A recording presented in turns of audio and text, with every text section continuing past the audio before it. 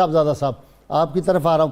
آپ سے سوال بادشاہ چاہتے تھے کہ کسی طرح آپ کو جو ہے نا وہ کوئی نادم کیا جائے کسی بات پہ، یہ کوشش تھی ان کی، پریشان کیا جائے، اور بار بار لوگوں کو بھیجتے تھے کہ مشکل سے مشکل سوال پوچھو.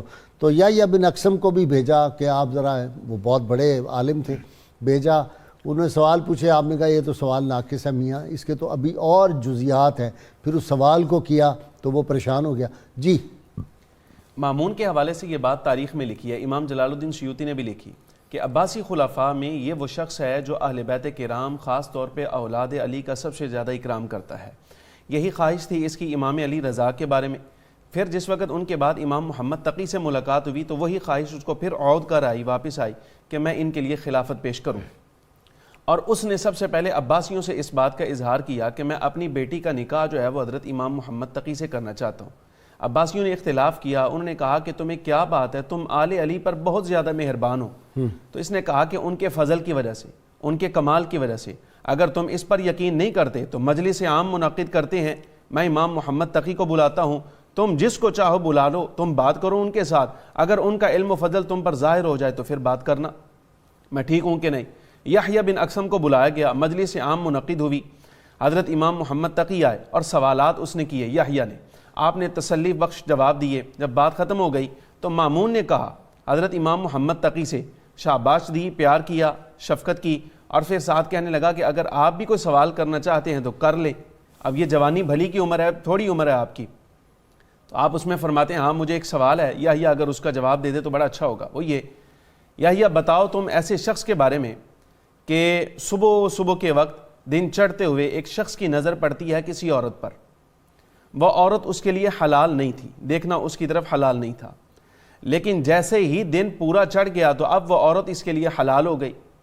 دن آدھا ہوا تو پھر حرام ہو گئی، ظہر کا وقت آئے تو پھر حلال ہو گئی، عصر کے وقت پھر حرام ہو گئی، مغرب کے وقت پھر حلال ہوئی، عشاء کے وقت پھر حرام ہوئی، آدھی رات کو پھر حلال ہوئی، صبح کو پھر حرام ہو گئی.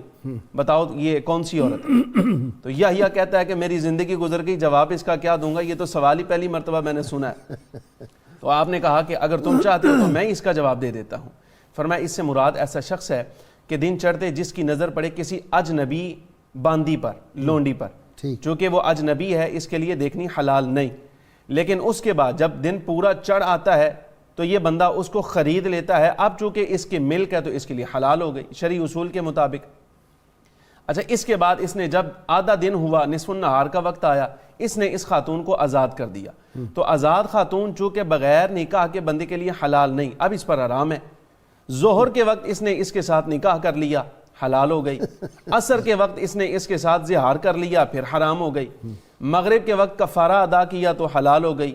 عشاء کے وقت ایک طلاق دے دی تو حرام ہو گئی.